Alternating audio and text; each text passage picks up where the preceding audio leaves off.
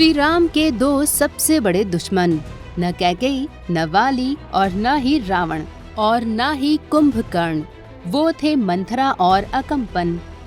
श्री राम के जीवन में दो ऐसे पल आए जिसने उनके जीवन को एकदम दूसरी दिशा में मोड़ दिया था। पहला, जब श्री राम राज सिंहासन पर बैठने ही वाले थे, और दूसरा जब वो वनवास से लौटने ही वाले थे।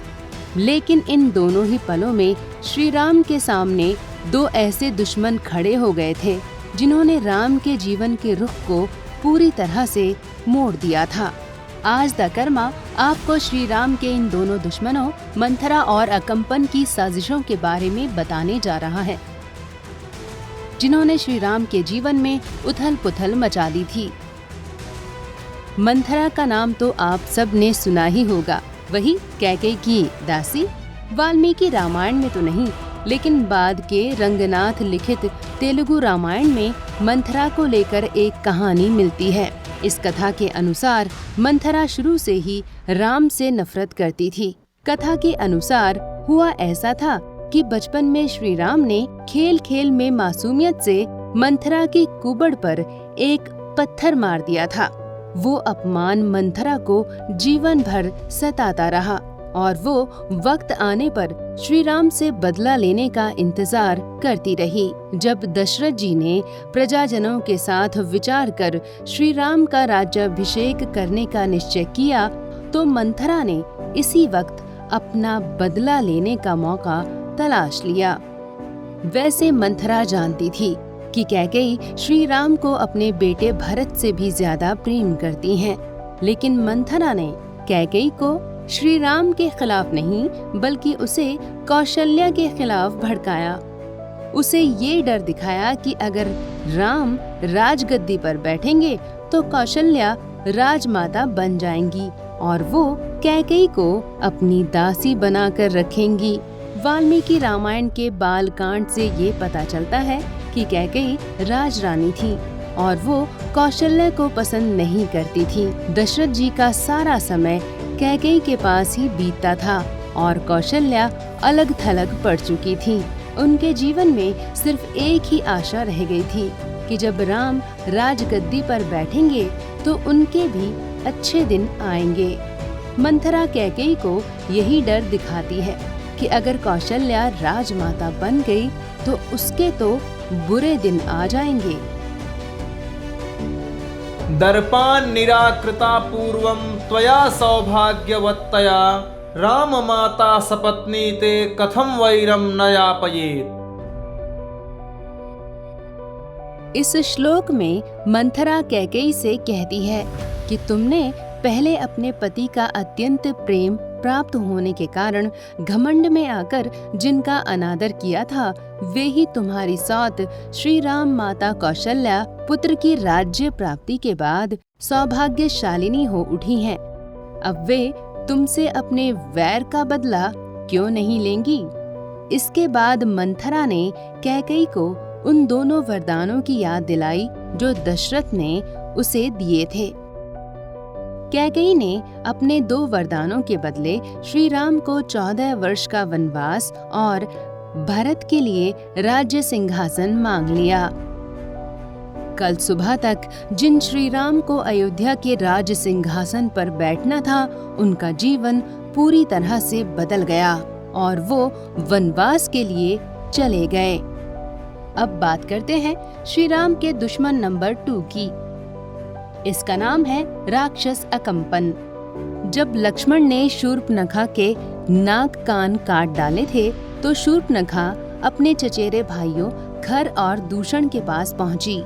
खरदूषण ने 14,000 राक्षसों की सेना के साथ वन में श्री राम पर आक्रमण कर दिया। श्री राम ने अकेले ही 14,000 राक्षसों का वध कर दिया। राक्षसों की सेना में एक अकम्पन नामक राक्षस भी था, जो जान बचाकर किसी तरह लंका पहुंचा। वहां उसने रावण को ये बताया कि राम ने खरदूषण के साथ 14,000 राक्षसों का वध कर दिया है। अकम्पन ने श्री राम के बल और पराक्रम की काफी तारीफ की और कहा कि श्री राम को पराजित कर पाना किसी के लिए भी असंभव है, लेकिन सिर्फ एक उपाय से श्री राम का वध किया जा सकता है।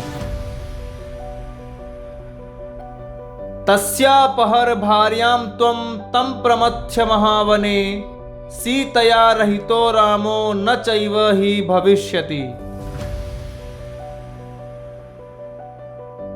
अर्थात अकंपन रावण से कहता है कि किसी भी उपाय से श्री राम को धोखे में डालकर उनकी पत्नी सीता का अपहरण कर लें। सीता से बिछुड़ जाने के बाद श्री राम किसी भी हाल में जीवित नहीं रहेंगे।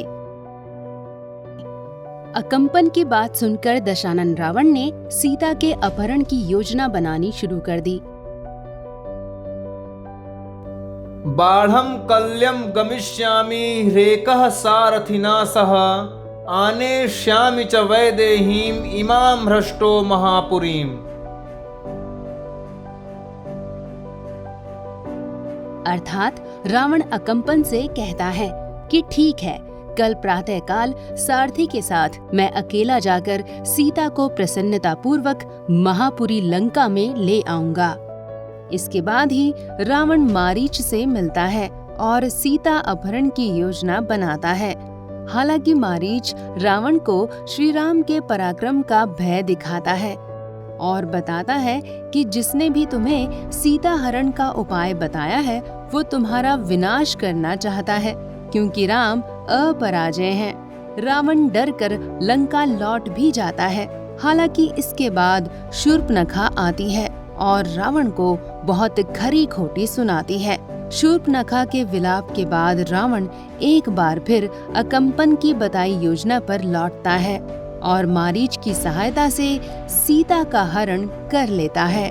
सीता हरण के पहले श्री राम और सीता दोनों सुखपूर्वक वन में रह रहे थे और अब अयोध्या लौटने में सिर्फ 1 वर्ष ही शेष रह गया था। लेकिन अकंपन की इस योजना का परिणाम ये हुआ कि पूरे 1 वर्ष तक श्री राम और सीता एक दूसरे से अलग रहे। श्री राम का जीवन बदल गया। उन्हें सीता को फिर से प्राप्त करने के लिए सुग्रीव से मित्रता करनी पड़ी, बाली का वध करना पड़ा, समुद्र पर सेतु बनाकर लंका जाना पड़ा और युद्ध में रावण का वध कर वापस माँ जानकी को प्राप्त करना पड़ा।